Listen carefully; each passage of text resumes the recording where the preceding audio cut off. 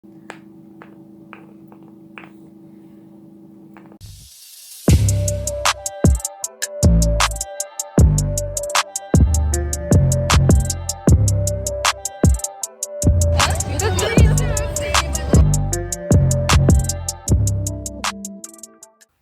everyone, Jose here, and welcome back to my part of the channel. Today's video actually was supposed to be something very different. I was planning on continuing the Reptiles 101 series, but a thing happened. As many of you know, I have two dogs, Luna and Tina. They're both 13 and 14 years old respectively, and they're pretty fragile. 2 days ago, Luna fell down the stairs. I was scared because I thought that she'd broken an arm, but luckily she didn't. I was playing the piano, which is why I didn't hear her, but I saw her just as she was falling, and she was basically skiing down the stairs and managed to land, thank God, planted on the ground. That, however, didn't necessarily mean that she didn't leave unscathed. She hyperextended her shoulder muscle, like over here, and she's in a lot of pain right now. We brought her to the vet, and here are the x-rays we took of her. Before I go on with the video, I always want to tell you guys to please use your critical thinking. Whether it's with reptiles, with dogs, with choosing a pet, with taking care of a pet, anything you do in general in your life, always use your critical thinking. And this is why. First off, let me preface by saying that obviously I am no specialist. I am no doctor. I'm a senior in high school, and I don't know what I'm talking about with biology because I study physics and chemistry. But my dad is a doctor, and we've come to the conclusion between both of us, and that's why I'm telling you everything I am. These are the results we got from the vet. We've been going to the same vet for many years, ever since our dogs were only a couple months old. So they know them very well, and they know us very well, which is why I don't understand why they didn't tell us all the information they didn't tell us. First of all, I want you to pay attention to those little kind of horns that protrude out of her elbow. That happens in humans as well, and that's because of old age. I don't remember the terminology, my dad told me about this. But yeah, it's basically something that shouldn't look like that. Bones should be smooth, bones should be round. But here you can see that there are little protrusions. Second off, and I'm not really sure where you can see this, but again, my dad told me, she has osteoarthritis. What does that mean? Her cartilage is basically thinning down. It's been used so much that her joints hurt a lot. And that would explain why she's been squealing and why she's been so much pain these past couple of months. Many of you guys know because I've talked about this in our Discord server, which you should join if you haven't yet. But Luna will go through these phases where she'll be sitting down, she'll be standing, or she'll be walking, and she'll just squeal in pain. But it's so heart-wrenching because you can hear the pain in her voice, and every time you touch her paw, she yelps, and turns out it's because she has osteoarthritis. Third, and last of all, which is kind of infuriating, is the fact that our vet told us that Luna hadn't fractured her collarbone. She told us that she hadn't fractured her arm either.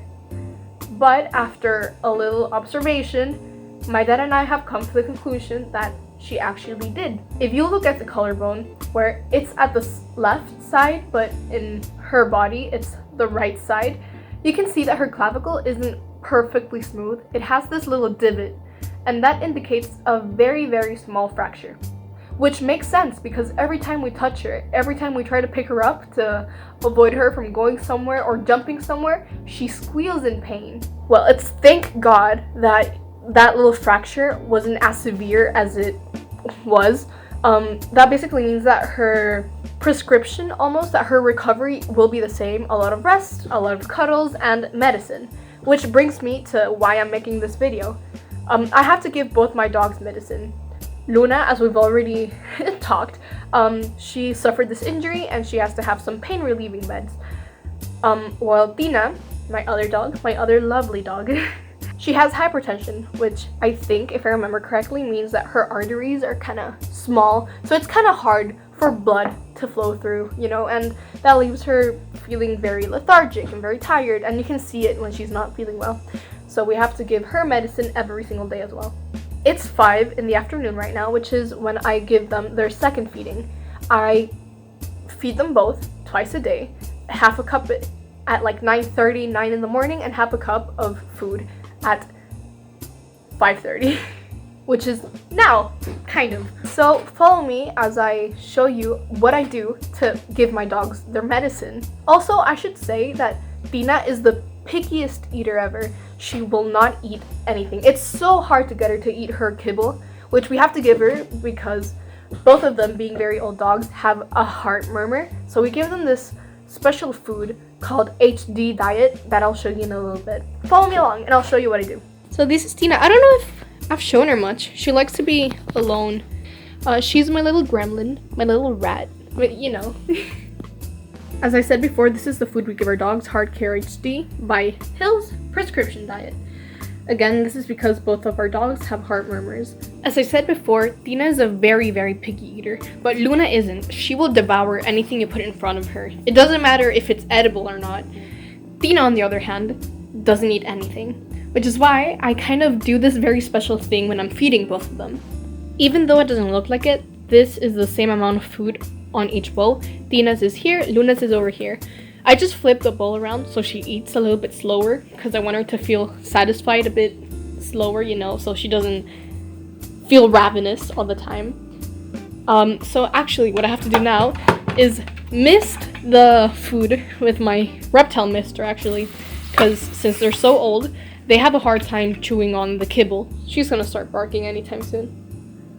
But they will not eat unless it's moistened, so that's what I'm doing now. So excuse the mess. It was actually, we got our groceries delivered today, and because quarantine, everything's being disinfected right now. So I apologize for the disaster in the background. But this is the fun part, and this is the interesting part. Since our dog is such a picky eater, we have to kind of coax her into eating medicine, and that's why we have this. I'm not going to show you the medicine we give our dogs because I don't really feel comfortable doing that because they're both prescription and they need them, and it's not something that you should just give your dogs because you want them to be healthier unless they're prescribed by a vet. But this is what I do. I use these cups that I bought accidentally. I thought they were smaller. It's to put like crested gecko diet on them. I wanted to use them with my gecko, but they're too large and they don't fit in the little thing we have. So I found another purpose for them. What I have to end up doing just so Tina eats her food is that I have to take some of this meaty thing. Apparently it's good food, but I can't look at it the same way anymore. And I just take about a teaspoon, I want to say, of them on these little containers to then mix them around with the necessary quantities of medicine they have to take.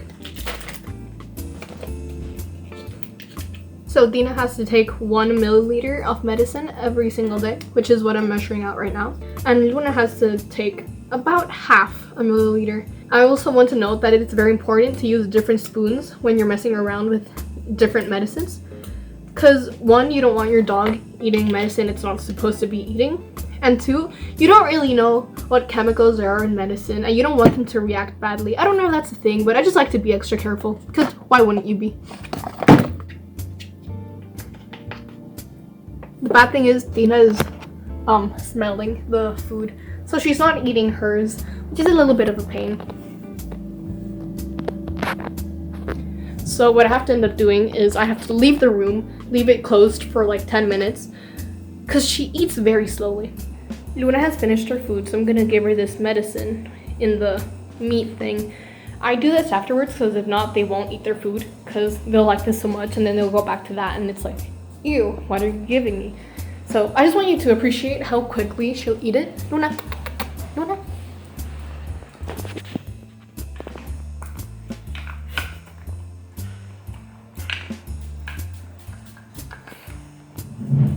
And it's gone. It's been 10 minutes and unfortunately Dina hasn't eaten anymore. So just if you remember how quickly Luna ate it, now look at this. She'll take forever. She'll smell it and then she won't like it and then she'll smell it and then she'll start liking it. It always takes a while, but she has to, oh, there she goes. Also, do any of your dogs do that? If you hear sniffing, that's Luna. She doesn't bark. She just sniffs under the door.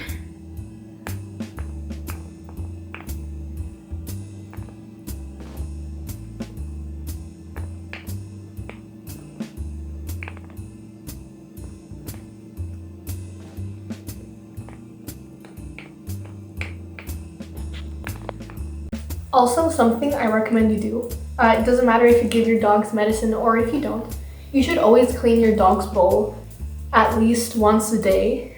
If you don't want to do them every feeding, that's fine. Well, it'd be great if you did, but the amount of bacteria that builds up, especially, if you use stainless steel and not disposable bowls, it's surprising and it's kind of gross. And you don't want your dogs getting sick with the bacteria inside of here. So I recommend that you do wash them every single day. That's their food bowls or water bowls, any sort of bowl that your dogs come in contact with on a daily basis. Alright, so the little gremlin has eaten. So I think we can conclude the video now. I hope I was able to help anyone with their picky pets or their old dogs who will refuse to eat. This trick, I guess, is a couple of things that I never really thought I would need to do. Wet dry food or use like meat as a hoaxing mechanism. But anyways, toodles.